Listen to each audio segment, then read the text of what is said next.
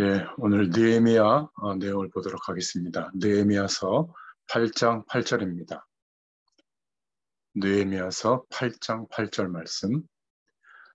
하나님의 율법책을 낭독하고 그 뜻을 해석하여 백성으로 그 낭독하는 것을 다 깨닫게 하매. 아멘. 느헤미야 전체의 제목으로는 하나님의 위로라는 제목으로 함께 은혜를 나누겠습니다. 이 느헤미야서는 성벽을 재건하는 그런 내용이죠. 어, 1차 포로 귀환을 했는데 바벨론에서 그때는 수룹바벨이 인도해 오죠. 그리고 우여곡절 끝에 20년이나 걸려서 성전을 재건합니다. 그리고 2차 포로 귀환이 일어났는데 성전 재건한 뒤에 약 60년이 지나서 에스라의 성전 재건과 예배 회복 운동이 일어나죠. 그때는 에스라를 중심으로 일어납니다. 이때 말라기 선지자도 같이 활동했던 인물이죠. 성전 재건을 완수하고 유다 땅에 정착하는 데 성공했지만 여전히 우상 숭배의 위험에 처했습니다. 북이스라엘을 멸망시켰던 아수르 제국의 식민지 정책에 의해서 이스라엘의 남자들은 전 세계 노예로 팔아버리고 전 세계의 민족들의 남자들을 노예로 끌고 들어와서 이스라엘 땅에 와서 혼인을 시켜버리죠. 그러니까 갖가지 우상과 함께 그들이 섬기는 혼합주의적인 성격을 여전히 갖고 있었습니다. 이때 하나님은 3차 포로 귀환을 할 때 느헤미야를 총독으로 세우시죠. 페르시아 제국의 아주 중요한 장관이었는데 아닥사스다 왕의 두터운 신임을 받던 고위 관리였습니다. 에스라와 달리 이 느헤미야는 바사국, 그 페르시아국의 군대의 호위를 받으면서 예루살렘에 돌아와서 약 12년 동안 모든 사회적인 그런 내용들을 전부 정비를 합니다. 그리고 많은 방해에도 불구하고 이제 성전을 중심으로 언약 공동체가 세워지려면 그 국가가 보호돼야 되잖아요. 그래서 무너졌던 성벽을 다 재건하고 사회적인 여러 가지 법들을 정비하고 그러한 일들을 이 느헤미야가 합니다. 결국 느헤미야가 그 배경을 준비해 줘서 에스라가 신앙 개혁을 주도하고 완성할 수 있게 된 거죠. 그래서 내용을 보면 1장부터 7장까지는 한 52일 만에 성벽을 재건하는 그런 내용이 나옵니다. 그리고 8장부터 13장까지는 하나님의 약속, 왜 우리가 가나안 땅에 정착하고 살고 있는지, 왜 우리는 여기에서 예배를 하고 성전을 회복하고 언약 중심으로 하나님을 바라봐야 하는지, 바로 여기가 오실 메시아가 출생할 것이기 때문에, 그래서 이 약속을 붙잡고 하나님께 언약 관계를 회복하면서 모든 민족에게 메시아 오실 것을 전달할 사명을 갖고 있었잖아요. 이 언약을 중심으로 불필요한 것들을 다 갱신하고요. 종교적, 사회적으로 개혁을 단행했던 그런 내용이 8장부터 13장까지 나옵니다. 포로로 끌려가고 마지막 남유다의 그 왕이 시드기야 왕인데 준비되지 못한 왕이었죠. 그 왕이 섰을 때 사실은 어, 완전히 바벨론 또 바벨론이 쳐들어와서 나라를 멸망시키고 모든 재물을 다 가져가죠. 그리고 그 시드기야 왕은 두 눈을 뽑고 그리고 어, 쇠사슬에 묶어서 끌고 갑니다. 참 비참한 일이 벌어지죠. 그리고 이스라엘의 명문 가문의 엘리트들 다 잡아서 포로로 끌고 갑니다. 결국에는 어, 바벨론에서도 중요하게 쓰임받았던 인물 스룹바벨, 에스라가 귀환하면서 하나님의 언약이 이루어지도록 했고 3차 포로 귀환할 때는 스룹바벨이라고 하는 인물을 하나님이 세워서 귀환하게 했죠. 그리고는 언약 중심으로 모든 부분을 갱신하도록 하나님이 역사하셨습니다. 그래서 느헤미야 전체의 제목은 하나님의 위로인데 느헤미라는 이름의 뜻이 여호와께서 위로하신다 이런 뜻이에요. 그러니까 언약 백성을 하나님은 포기하지 않으시고 느헤미야에게 하나님의 그 은혜를 베푸셔서 페르시아 대제국의 그 왕의 권한을 가지고 군대를 동원해서 와서 완전히 사회 전체를 언약 중심으로 개혁하는 그런 일을 하도록 그렇게 했죠. 사실 생각해 보면 우리가 먼저 좀 서론으로 생각해 볼 것은 왜 하나님의 언약 백성인데 이스라엘이 멸망을 당했을까? 지중해가 있고 요단강이 있고 사해바다가 있고 위에는 아라비아 블레셋이 있고요.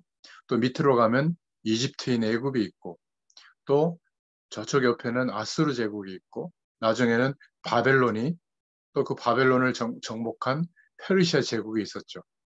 그 가나안 땅에 이스라엘이 거주하던 지역은 아주 강원도만한 땅 정도였어요.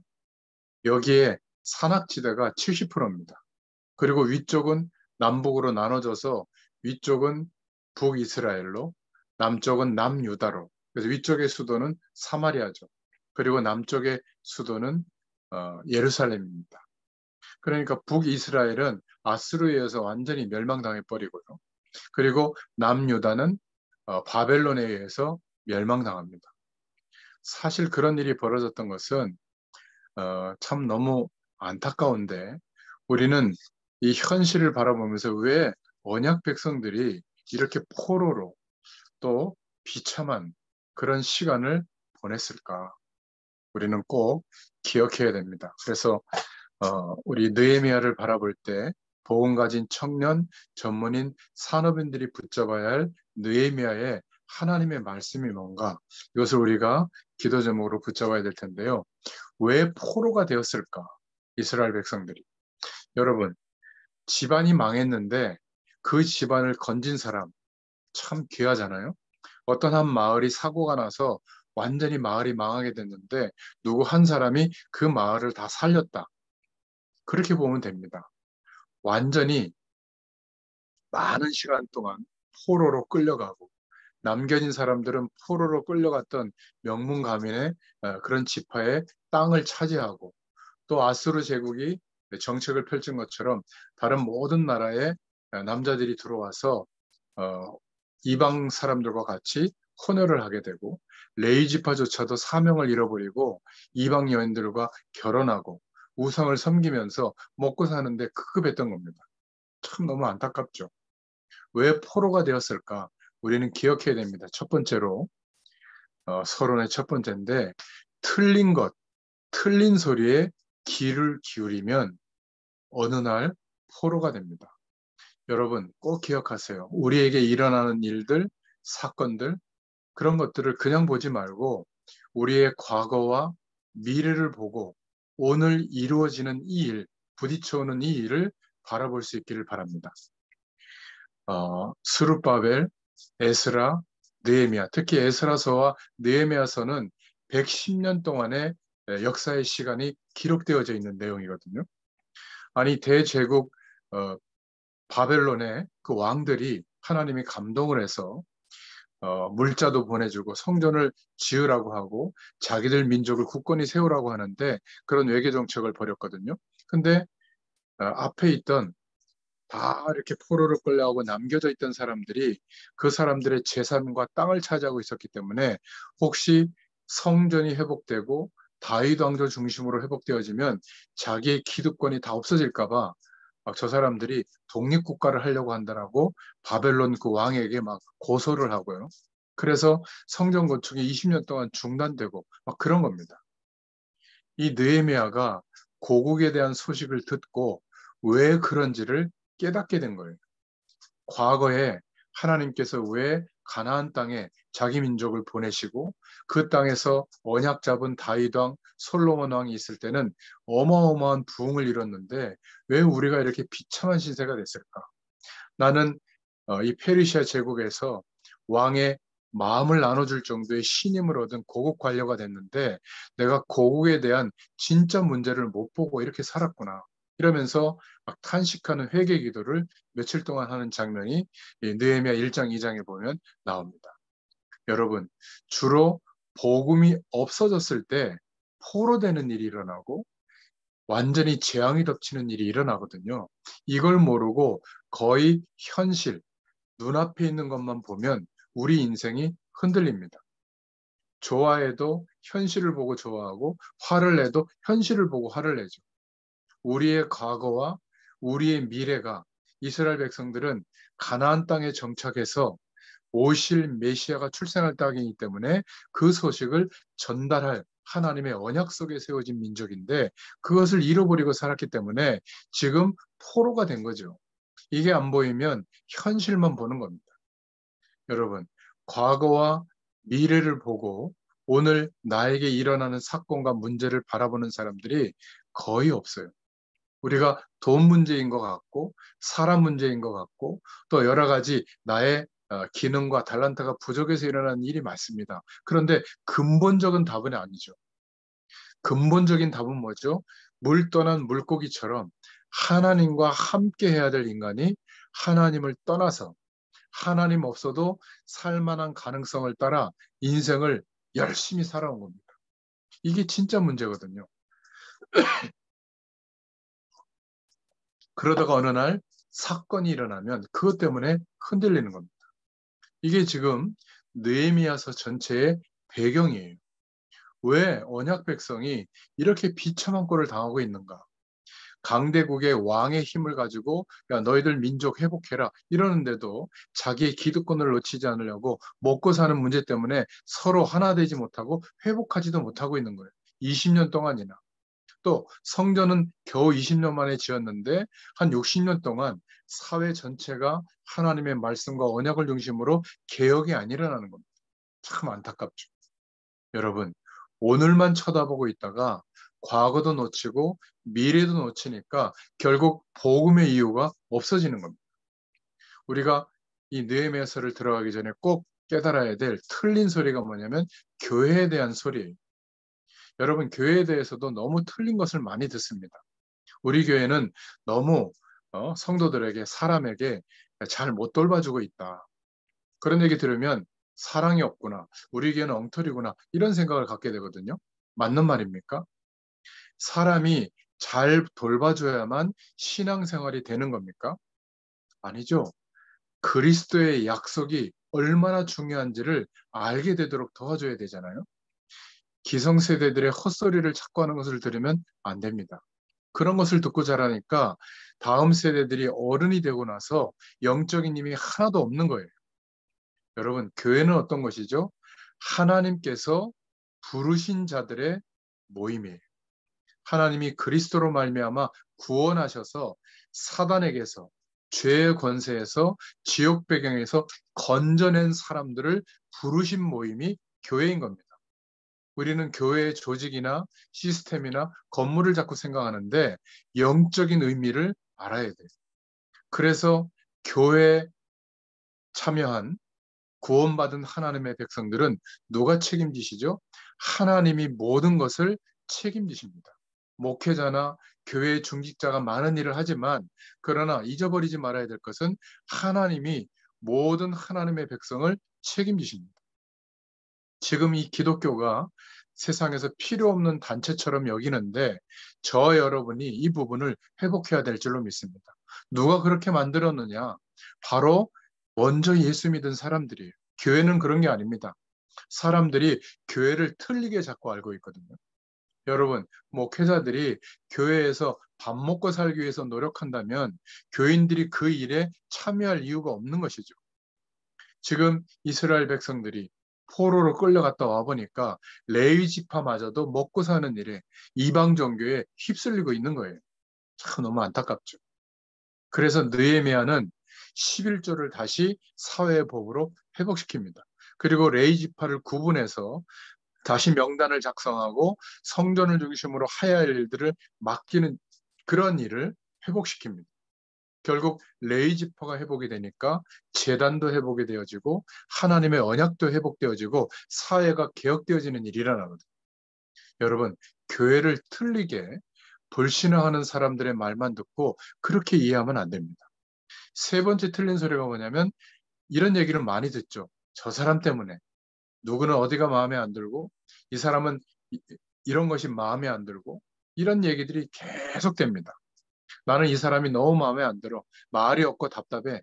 이 사람은 참 말을 안 들어. 머리가 길어. 이렇게 신앙생활하는 사람들이 많은데 여러분 기억하셔야 돼요. 사람에 대한 기준인데 사람은 모두 다른 것이 정상이에요. 그래서 성경에서는 빌립보서 1장 6절에 그리스도께서 그리스도 안에서 하나님이 이루어 나가신다. 이렇게 말하고 있습니다. 나하고 똑같지 않는 그것을 못 참는다면 내가 사람을 바라보는, 성도를 바라보는 구원받은 자의 시각이 아닌 겁니다. 나하고 똑같아야 돼. 그건 불교신자가 하는 소리죠. 다른 종교를 업신여기는 건 아니지만 하나님의 백성은 모두가 하나님 안에서 하나님이 자라게 하신다. 기억하셔야 돼요. 교회 가보면 이런저런 사람들 속에서 살아갑니다. 신앙생활합니다. 이 사람은 되고 이 사람은 안 되고 이런 소리를 자꾸 듣다 보면 우리가 신앙생활을 제대로 할 수가 없죠. 하나님의 백성은 모두 하나님께서 자라게 하신다. 여러분 현장에서 우리 복음을 가지고 있더라도 청년 전문 산업인들이 당장 부딪히는 것이 사람에 대한 거거든요. 여러분 기억하세요.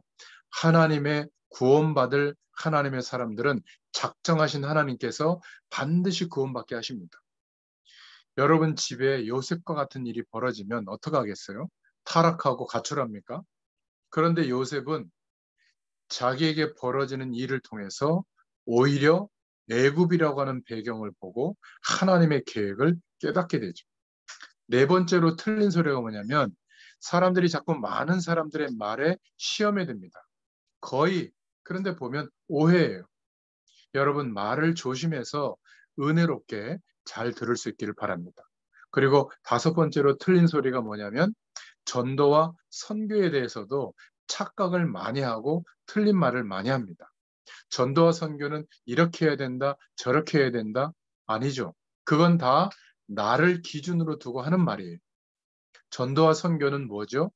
사도행전 13장 48절에 보니까 하나님이 구원 주시기로 작정된 자는 다 믿게 되는 게 전도요 선교입니다. 그렇게 되어지는 거예요. 요한복음 3장 16절에도 하나님이 세상을 이처럼 사랑하사 독생자를 주셨기 때문에 그 독생자를 그리스도로 믿는 자마다 구원을 얻게 되는 거죠. 요한복음 1장 12절에 그 사실을 믿고 영접하는 자, 곧 그 이름을 믿는 자들에게는 하나님의 자녀가 되는 권세를 주시는 것이 전도와 선교입니다. 사도행전 1장 1절부터 8절에 오직 성령이 너에게 임하시면 너희가 권능을 받고 예루살렘과 온 유대와 사마리아와 땅끝까지 이르러 증인이 될 것이다. 이런 완벽한 축복이 전도와 선교입니다. 그래서 우리가 복음 가진 청년 전문인 산업인들이 단순히 하나님이 하시겠지. 하나님이 언젠가는 하실 거야. 이렇게 막연히 감나무 밑에서 감 떨어지는 것을 기다리는 것은 신앙생활을 제대로 하는 게 아닙니다. 느헤미야처럼 하나님께서 하나님의 사명을 감당하게 하도록 하나님의 가장 중요한 축복을 누리는 성공자의 룰을 가져야 될 줄로 믿습니다. 누구든지 하나님이 함께 하시기 때문에 우리 복음 가진 청년 전문인 산업인들은 그리스도 안에서 성공자의 룰을 가진 전도자의 축복을 누릴 수 있기를 축원드립니다. 포로 가운데 있는데도 느헤미야 같은 응답을 누렸던 겁니다. 승리한 인물이었던 거죠. 첫 번째 룰이 기도의 룰입니다. 여러분 하나님이 살아계시고 지금도 성령으로 함께 하시기 때문에 여러분들이 아침에 눈을 뜨면 말씀을 조금 묵상해 보세요. 이걸 한 번도 안 하고 살은 뇌와 아침마다 조금 일찍 일어나서 말씀을 생각하고 하나님의 뜻을 구하고 기도하면서 살아가는 뇌는 완전히 달라요. 5년, 10년 지나면 하나님의 역사 속에 있게 되고 한 사람은 하나님의 역사가 있는지 없는지도 모르는 세상 한가운데서 허우적대고 있죠. 여러분 굉장히 다른 것으로 그 심령이 각인되어 있어요. 우리는 무슨 큰 응답을 받기 위해서 아침에 시간을 정해놓고 묵상하는 정식들 해라 아닙니다. 뇌의 활동이 우리의 인생이 운명이 완전히 바뀐다는 거예요. 아침에 일어나서 하나님의 말씀을 보고 또 생각하고 묵상해 보시기 바랍니다. 아무것도 아닌 것처럼 보이지만 여기에서 근본적인 차이가 나는 거예요. 10년 정도 지나면 완전히 달라집니다. 두 번째, 기도의 룰을 꼭 가지길 바랍니다. 어떤 기도의 룰이요? 하루에 10분 정도라도 괜찮으니 깊이 하나님을 바라보시기 바랍니다. 그리고 하나님이 약속하신 영원한 하나님의 축복에 대해서, 하늘 보좌의 축복에 대해서 존중하고 기대하고 구하시기를 바랍니다. 여기에서 하나님의 큰 능력을 얻게 돼요. 이 힘과 능력이 있다면 어디에 가 있어도 괜찮습니다. 세 번째 기도의 룰인데, 우리는 사람들을 만나보면 여러 가지 복잡해져요. 또 우리가 처해 있는 환경이 교회 속에서도 살아가고, 가정에서도 살아가고, 직장 속에서도 살아가고, 또 불신자들과 함께 살아가는 그런 삶을 이중삼중으로 살아가게 됩니다. 이 사람을 만나고 저 사람을 만나고 어떤 단체 속에 들어가고 어떤 활동도 하고, 그러다 보니까 어떤 상황이 되냐면 어느 날 다른 사람이 받는 그 응답의 자리에 있지 않고 나도 모르게 실패하는 자리에 있을 수도 있는 겁니다. 어느 날 나는 불신자보다 못한 상황으로 살아가게 돼요. 돈도 없어요. 그러면요, 전도 절대 하기가 어렵습니다. 많은 것들을 볼 때마다 손해를 보게 되는 상황이 되죠. 그래서 사람들 속에서 우리가 인생의 많은 일들을 겪으면서 살아가는데 그 모든 환경을 이길 수 있는 것을 보고 무시기도라고 하는 겁니다. 기도 행위라기보다 하나님과 동행하는 거죠. 하나님이 늘 성령으로 함께하고 있다는 것을 기억하면 이런 모든 환경을 넘어서게 됩니다. 여러분들 말고 저를 만나는 사람 가운데 목사님 힘드시죠? 제가 목사님을 위해서 이렇게 기도하겠습니다. 이런 사람은 거의 극소수예요. 거의 목회자들에 대해서 도와달라고 하고, 거기다가 굉장히 골치 아프고 힘들고 갈등 생기고, 제가 그 얘기를 듣고 억눌릴 만할 정도로 그런 어려움들을 도와달라고 하더라고요. 여러분, 우리가 하나님과 동행하는 24시간 하나님과 함께하는 이 기도의 비밀이 없으면 병들어 죽게 됩니다. 그 많은 기준들을 다 따라가려고 하니 지치고 한계가 오게 되는 것이죠. 그리고 네 번째 기도의 룰이 뭐냐면, 복음 가진 청년 전문인 산업인들은 혹시 영적인 문제가 왔을 때라든지 또 다른 사람의 영적인 문제를 봤을 때라든지 몸이 약해졌을 때라든지 마음과 정서가 약해질 때라든지 이런 때는 하나님 앞에서 깊은 묵상하고 말씀을 생각하고 찬양하고 예배하면서 깊은 치유 기도를 꼭 하시길 바랍니다. 깊은 치유 기도는 하나님의 능력을 얻는 기회가 됩니다. 그리고 영육 간에 많은 것을 하나님의 능력으로 치유함을 받게 되고요. 이 치유 기도를 통해서 새로운 하나님의 길이 열리게 될 줄로 믿습니다. 무시 기도는 그냥 하시면 되고, 시간을 정해놓고 아침이나 밤에는 그냥 말씀 붙잡고 묵상하시면 됩니다. 이런 룰을, 기도의 룰을 여러분은 꼭 갖고 있어야 돼요. 지금부터 시작해도 됩니다. 이렇게 말하는 사람이 있더라고요. 시간이 없어서 저는 기도를 못 하겠습니다. 못 하고 있습니다. 여러분, 그것은 이 기도하는 기도의 룰이라고 하는 것은 시간이 드는 게 아니에요. 시간을 따로 빼서 많은 시간 기도해야 된다고 생각한 것은 기도를 잘못 깨달은 겁니다. 이 기도의 룰을 가지면 이것은 시간이 전혀 들지 않고 오히려 하루를 살아가는 시간을 벌게 되는 거예요. 여러분, 시간을 내서 기도해야지. 그건 기도를 모르는 소리입니다. 마치 내가 호흡을 하려고 하는데 시간이 없네? 시간을 좀 특별히 내서 호흡해야지. 이러면요, 죽게 돼요. 기도가 바로 그런 겁니다.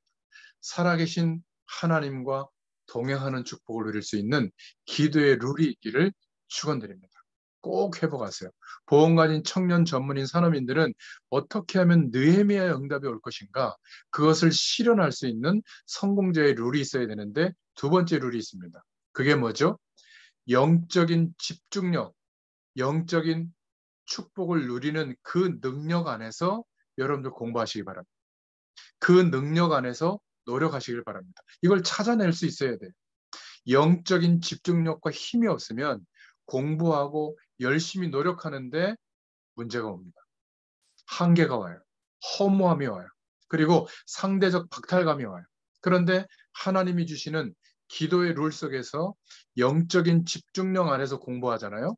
남들보다 내가 노력을 많이 기울이지 못했는데 하나님이 주시는 능력과 힘이 나타나기 때문에 어마어마한 결과를 맛보게 됩니다. 사실 느헤미야, 에스라, 수룹바벨이 전부 이 축복을 가지고 포로 생활하면서 고위 관직에 올라간 겁니다. 그리고 본인들이 요청한 게 아니라 왕들이 이들의 말을 듣고 또 이들이 원하는 민족을 회복할 수 있는 길을 왕들이 열어준 거거든요. 여러분, 많은 전문성을 갖춰야 되지만 그것 가지고 안 됩니다. 영적인 집중력 안에서 전문성을 갖추시기를 축원드립니다. 이게 복음 안에서 하나님이 성공케 하시는 성공자의 룰이에요. 그리고 세 번째로 그냥 성공이 아니라 매일 여러분들의 삶 속에서 여러분들이 겪고 있는 많은 경험 속에서 전도하라 그 말이 아니라 매일 전도에 관한 생각을 한 번씩 꼭 하세요. 전도 안 해도 됩니다. 어떻게 하면 이 복음이 전달될 수 있을까? 직장에서도, 여러분 만나는 사람에게서도. 그러면 내가 오늘 어디 가지? 누구를 만나지? 무슨 일을 하지? 거기에 대해서 조금 준비하게 돼요. 그리고 혹시 하나님의 계획이 있다면 구원을 얻을 수 있도록 도와줄 수 있도록 하나님 나에게 말씀도 주시고 그 영혼을 위해서 기도도 하게 돼요. 거기서 기도가 나오는 겁니다. 그리고 그 만나는 사람을 만났는데 본인의 입으로 힘든 것을 얘기하거나 뭔가 필요를 얘기할 때 답을 주는 게 그게 바로 말씀이에요. 그러니까 오늘의 말씀, 기도, 전도에 대한 생각을 해보면 이런 것들이 찾아지게 됩니다. 어디에서요? 복음 가진 청년 전문인들이 살아가는 오늘 속에서 이 축복이 찾아지는 겁니다. 그렇게 매일 전도를 생각하면서 살아가는데 우리의 미래가 이스라엘 백성들이 가나안 땅에 정착해서 살아가야 될 미래가 보여지듯이 우리 인생에 대한 미래가 보여지는 겁니다.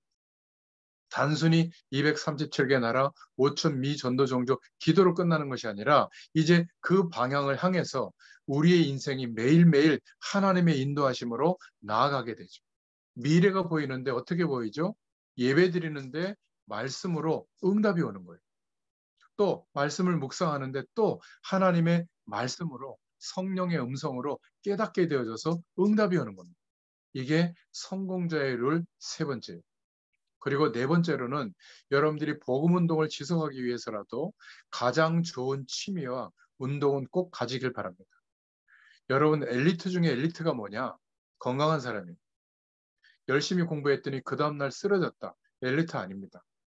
회사가 어려워져서 밤새 뛰었더니 그 다음 3일 동안 몸살났다. 엘리트 아니에요. 여러분 섬기는 교회에 중요한 일이 생겨서 내가 며칠 뛰었더니 그 다음 날부터 일주일 동안 몸살났다. 그게 무슨 엘리트입니까?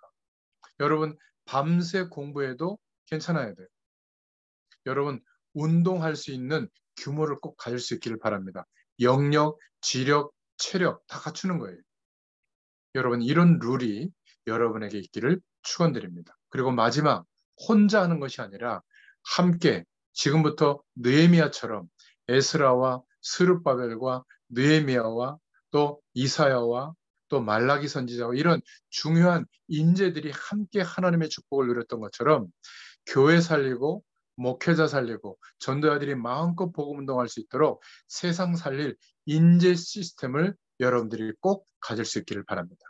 이 다섯 가지 성공자의 룰을 가지고 인도받기를 바랍니다.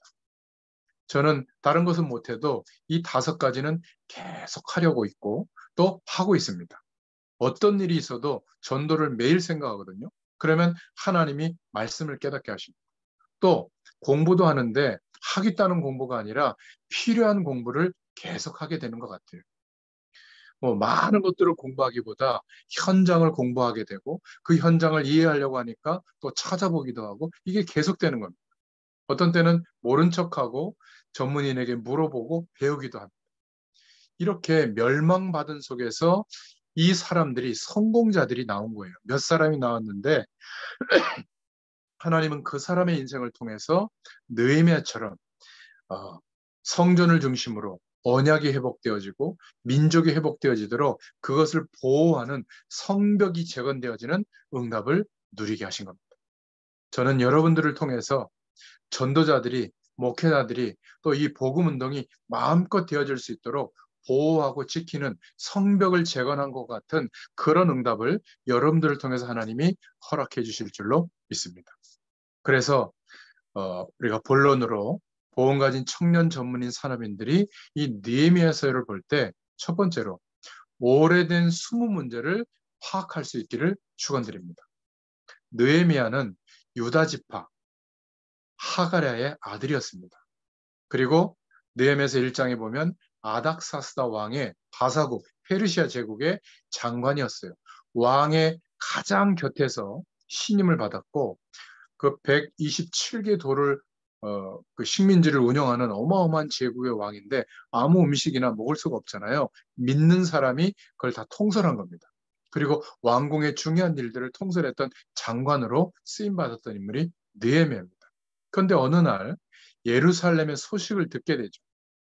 그래서 안타까운 언약을 놓친 자기의 민족들 그리고 20년 동안 성전 재건하면서 저렇게 방해를 받고 있구나.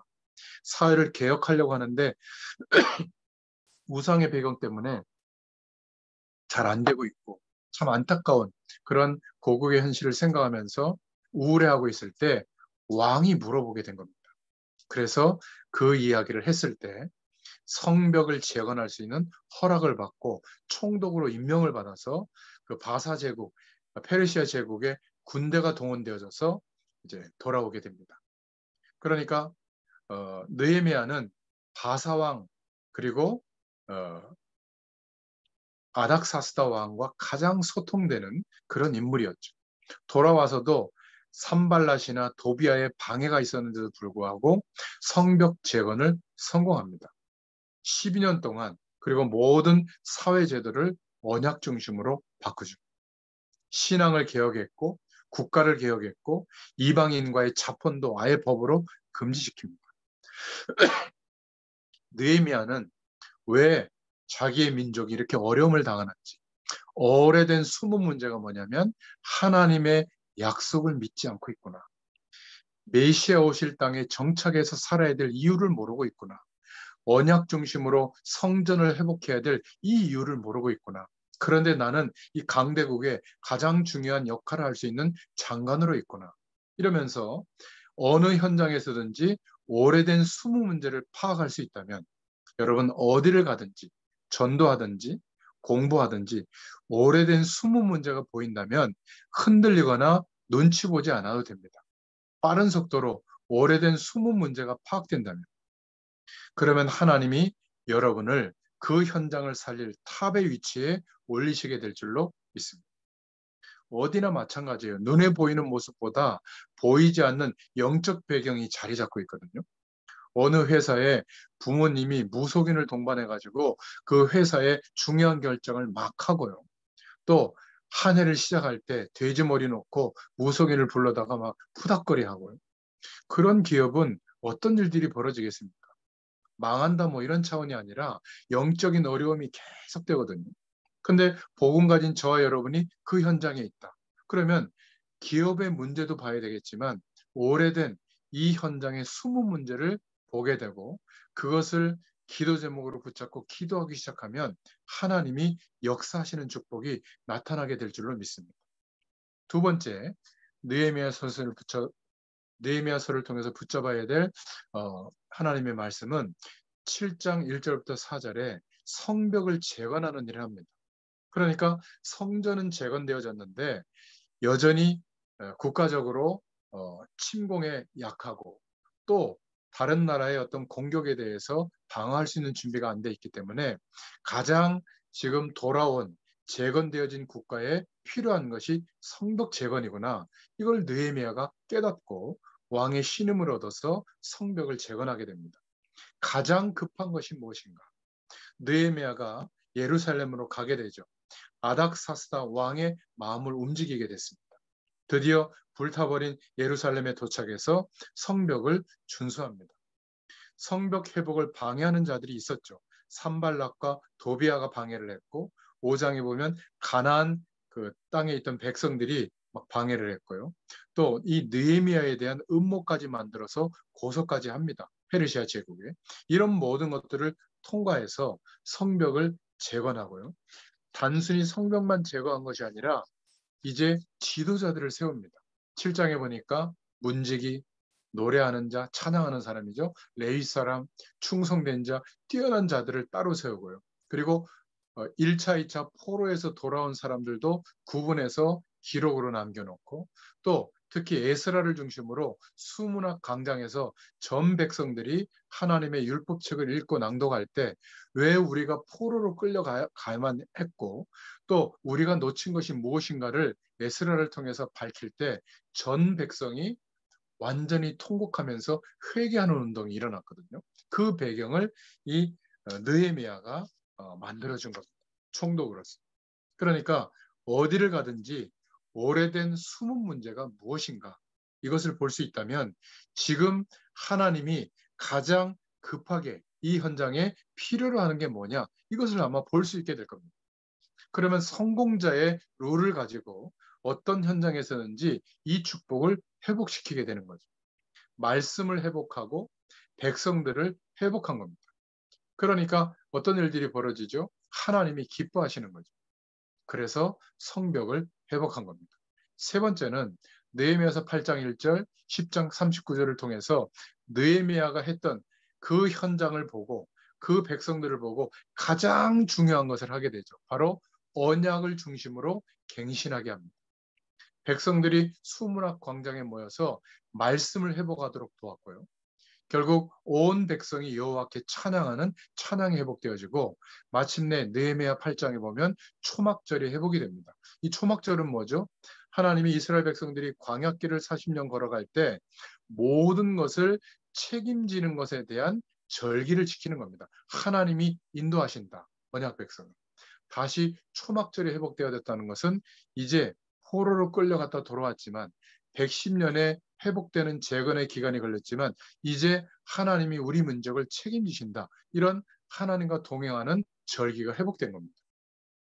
그리고 회개 운동을 시작하죠. 그리고 레위 사람들이 여호와 앞에서 고백하면서 하나님의 영광을 찬양하게 됩니다. 그리고 언약을 세워서 이들의 이름들을 다 기록하고 인봉하게 되죠. 그러니까 가장 중요한 것이 무엇인가? 말씀을 회복하고 언약을 회복하고 그 중심으로 삶을 회복하도록 도왔던 겁니다. 여러분, 저희들도 마찬가지입니다.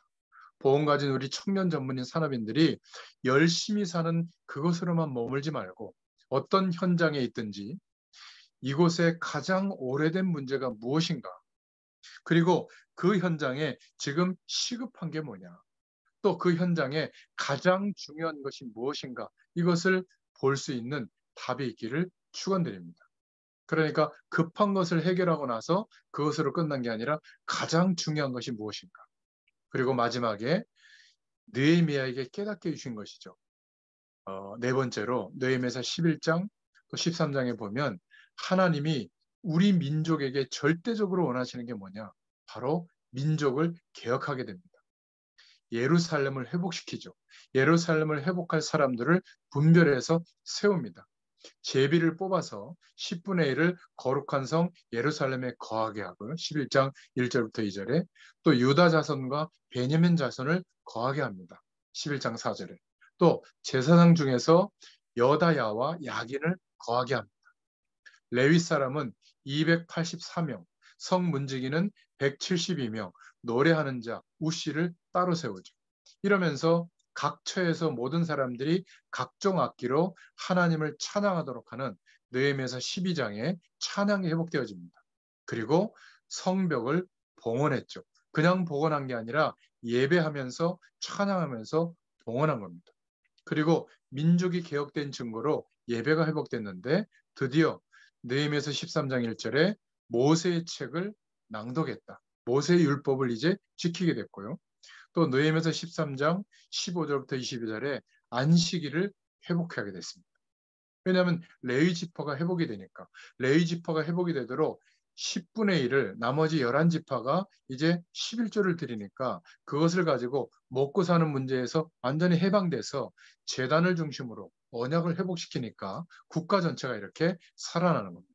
그리고 느헤미야서 13장 23절부터 31절에 이방인과의 결혼을 금지시킵니다.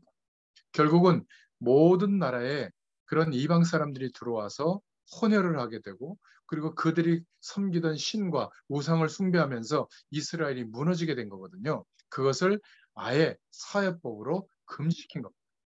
그러니까 예루살렘을 회복시켜야 되니까 사람을 분별하고 이제 사회적인 법까지 완벽하게 갖춰서 완전히 종교개혁이 일어나도록 하나님의 축복을 감당한 겁니다. 여러분, 보험 가진 청년 전문인 여러분들이 어느 현장에서 인도받든지 그 현장에 오래된 수무 문제를 볼 수 있기를 축원드립니다. 그리고 거기에 가장 급한 것이 뭐냐? 그리고 가장 중요한 것이 뭐냐? 그리고 하나님이 원하시는 절대적인 계획이 뭐냐? 언제든지 어디를 가든지 이것을 볼 수 있다면 현장을 바꿀 수 있습니다. 어디 가서도 정확하게 적응할 수 있는 방법이에요. 보는 눈이 달라야 될 줄로 믿습니다. 옷 입는 거, 먹는 거, 그런 거 가지고 싸우고 있을 때 요셉은 애굽을 바라본 거죠. 다른 사람은 왕궁에서 출세를 생각하고 있을 때 오히려 모색은 출애굽에서 하나님이 원하시는 가나안을 향해서 가야 할 것을 바라본 겁니다. 성전에서 돈이나 빼먹고 성전에서 음식이나 탐하고 있는 그런 엘리제 세상 같이 그런 상황에서 성전에서 사무엘은 언약궤의 중요성을 본 거죠. 그리고 블레셋을 향한 하나님의 계획을 본 겁니다.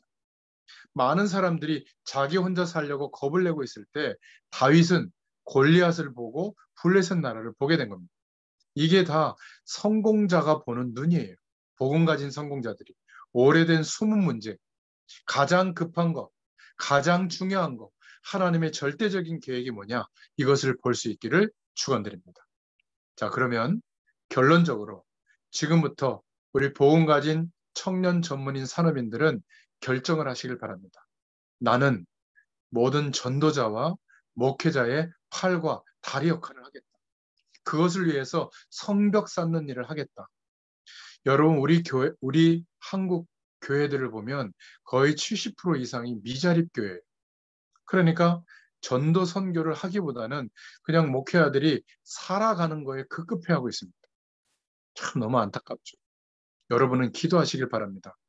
여러분들 가까이에 있는 또 섬기는 교회의 전도자들, 목회자들의 팔과 다리 역할을 할 수 있도록 성벽을 재건하는 일, 그 모든 축복을 여러분들을 통해서 하나님이 역사하시기를 축원드립니다. 그런데 아마 세 부류로 이렇게 나눠질 겁니다. 어떤 분들은 나는 내가 봐도 준비가 잘 된 엘리트 같다. 공부도 많이 했고 전문성도 준비가 됐다면 그런 여러분들은 꼭 기도하세요. 전도자와 목회자를 살리는, 교회를 살리는 나는 3기업을 두고 기도하겠다. 3기업이 뭐라고 말할 수 있냐면 선교적 기업. 내가 하는 기업과 경제활동을 가지고 먹고 사는 건 충분하고 거기서 10분의 1을 띄어도 내가 전혀 살아가는 데 지장이 없다면 그 10분의 1의 기업의 가치와 경제의 내용은 선교를 위해서 쓸 수 있는 기업. 그냥 돈을 모으는 게 아니라 선교적 기업을 세울 수 있기를 바랍니다. 또 하나는 사회적 기업이에요. 이 사회적 기업은 내가 이윤을 가지고 부자 되기 위해서 세우는 기업이 아니라 어느 지역이나 가보면 전 세계에 참 힘들게 사는 지역들이 많아요. 거기에 기업을 일으켜서 그들을 고용하고 그들의 삶을 책임지면서 이 복음 운동에 쓰임 받도록 하는 사회적 기업을 꼭 세울 수 있기를 바랍니다. 그리고 그 현장, 그 시대, 그 계층의 문화를 바꿀 수 있는 문화적 기업을 두고 여러분 기도할 수 있기를 바랍니다. 지금 큰 기업들은 전부 다 뭐 박물관이라든지 미술 작품이라든지 또 메세나 그런 후원을 해서 음악인들이라든지 또 이런 것들을 활용해서 문화를 가지고 메시지를 주고 흐름을 바꾸거든요. 뭐 그런 어떤 엔터테인먼트 회사라든지, 그러니까 문화적 기업을 두고 기도하시길 바랍니다. 아니, 목사님, 저는 그런 거 생각도 못 하고요. 난 공부한 것도 별로 없고, 일하기도 힘들고, 하루하루 먹고 살기도 힘든데요. 교회도 억지로 가고 있는데요. 이런 분들이 있다면 빨리 기도부터 회복하시길 바랍니다. 기도의 룰부터 찾으세요. 그리고 아무리 부족해도 하나님이 나에게 주신 달란트가 있거든요. 이것부터 찾으세요. 하나님이 찾게 하십니다. 그러면 현장에서 시작됩니다. 세 번째, 이런 분도 있을 거예요. 나는 하나님께서 원하시는 전도와 선교를 두고 달란트는 찾았는데 그렇게 내가 한 공부나 전문성이나 일도 그렇게 잘 되는 편이 아닌 것 같다. 이런 청년 전문인 산업인들이 있다면 걱정하지 마시고 빨리 현장으로 뛰어드세요. 이것저것 생각하지 말고 현장에서 성실하게 적어도 1만 시간 정도는 성실하게 최선을 다해보세요. 왜냐하면 달란트는 이미 찾았고 하나님이 인도할 것이 맞다면 이제는 공부 그렇게 잘 못해도 괜찮습니다. 현장에서 부딪혀서 최선을 다해 보시기 바랍니다. 반드시 여러분에게 느헤미야와 같은 에스라와 같은 축복을 허락해 주실 줄로 믿습니다. 세 가지 중에 하나는 결단하시길 바랍니다. 나는 전도자의 목회자의 팔과 다리의 역할을 하겠다. 느헤미야처럼 하나님의 성전과 하나님의 언약이 계속되도록 사회가 개혁되어지도록 성벽을 재건하는 일을 내가 하겠다. 구체적으로 기도 제목을 가지고 기도할 수 있기를 바랍니다. 왜냐하면 성공했던 하나님의 사람들은 다 이랬습니다. 다윗은 그 시대에 사무엘의 팔다리 역할을 했고요. 또 로마서 16장에 나오는 성공자들이 몇 명 나오는데 그들이 그 시대에 바울과 그 바울 팀들을 끝까지 도왔습니다. 마음껏 복음 운동할 수 있도록 여러분들에게 이런 기도 제목이 발견되기를 바랍니다. 저는 설교를 할 때는 사실 이렇게 하지는 않고요. 지금 이 시간은 하나님의 말씀을 설명하거든요. 즉 성경 66권을 지금 설명하고 있는데 느헤미야서가 이런 중심으로 기록되어져 있습니다. 하나님의 뜻이 이런 겁니다. 이거는 제 얘기예요. 여러분들이 이런 중요한 메시지의 방향을 가지고 13장밖에 안 되는데 13장을 쭉 통독해 보시면 성령께서 여러분 인생에게 여러분 심령에게 말씀하시는 내용이 있을 거예요. 그거를 붙잡아야 되는 겁니다. 그 말씀이 살아 역사하는 거예요.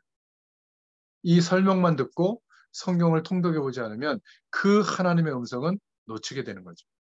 여러분들 꼭 이번 기회에 복음 중심으로 성경을 매주 한 권씩 이렇게 준비해 나갈 때, 공부해 나갈 때 여러분들이 통독해 보시기 바랍니다. 풍성한 복음의 비밀, 풍성한 하나님의 말씀, 우리가 존중하고 기대해야 될 그 말씀의 언약들이 너무 엄청나다는 것을 깨닫게 될 줄로 믿습니다. 이 은혜가 있기를 축원드립니다. 기도합니다. 하나님 감사합니다. 오늘도 느헤미야서를 통하여 하나님께서 성공자의 룰을 가지고 우리 복음 가진 청년 전문인 산업인들이 어디에 있든지 하나님께서 보게 하시는 아주 오래된 문제를 보게 하시고 또 거기에 시급한 문제를 보게 하시고 또 중요한 하나님이 원하시는 것들을 이루어갈 수 있도록 축복하시며 또 하나님께서 인도해 나가시는 또 절대적인 하나님의 계획도 볼 수 있도록 하나님께서 은혜를 베풀어 주시기를 소원합니다.